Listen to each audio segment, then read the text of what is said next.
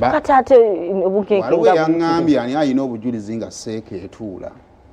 wanje waliwo yagambye waliwo alina obujulizi nga seeka etuula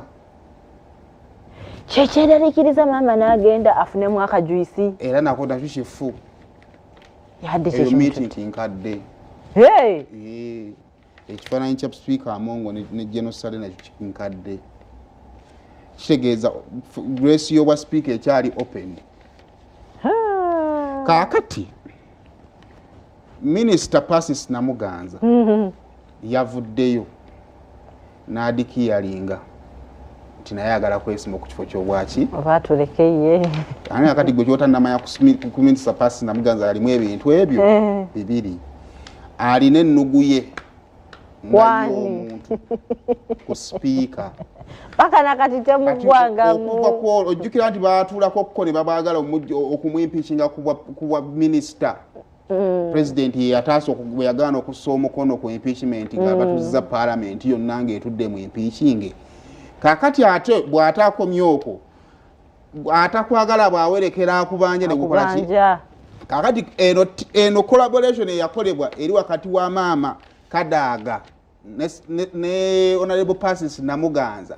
kati wansi bamusindika waliyo maama Kadaaga go you can make it agamba nze entalo sikyazigenda mu kakati kola ki bwerumba kakati awo ogenda okumanyira nti luli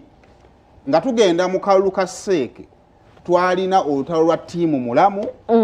ne ttiimu ki maama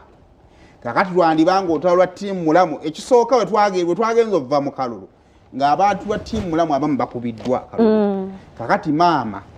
akyalina ki amaanyi abaana baleeta yayisambwa ki bangi kakati ekibuuzo bwe kituuka ku level ey'obwa sipiika banaasobola okumugondera maama nadde ndaba Honorable bannaye bamuyita wa Mumambuka ng'agamba nti essaawa zino level kwe tuli tewali agwanidde kugamba nti nze kuba sipiika mpoono kubanga essaawa yonna ebintu bikola ki bikyuka kakati awo olwesi eba yeegasseemu jjukira Nobert Mao naye waali awo naye ayagala sipiika Anita Amongo yamala dde okukakasa era okumanya okukakasa bwatu ne bakkiriziganya ne Tayebwa era Tayebwa alina we yali n'awulikika ng'agamba ye nga ye yakkiriziganya ne Tayebwa wabula si kuba Tayebwa yali ayagala obwa sipiika yabuvaako kati ayagala kiki kyabwa deputy kitegeeza abaatuulanga ne bagamba muganda wange buli omu asigale bwali sikukulembedde bubi kubanga bwesiba kuba sipiika tuyinza okufuna omuntu najja n'atukola ki n'atuyingiramu n'atukuba kaakati challenge n'ebeera eryemu maama Kadaaga bwajja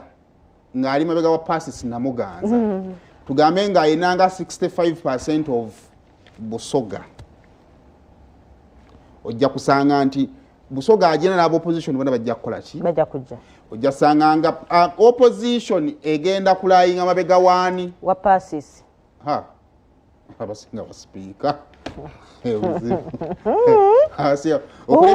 okuleka nga bano banagenda mu bibiina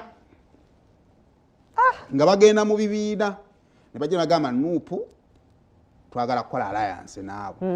naye banakireka nga kiri open abasinga ba speaker ajja batwala kwa bantu ba speaker ngeremu oba endala so kakati olutalo awo we luli lwongedde okuwooma naye bamuleke tabadde mubi bamuleke kale kamala okuzanya audio z'abantu bane kansubire nti zonna ze mumpadde za muliro kale soko tuwe audio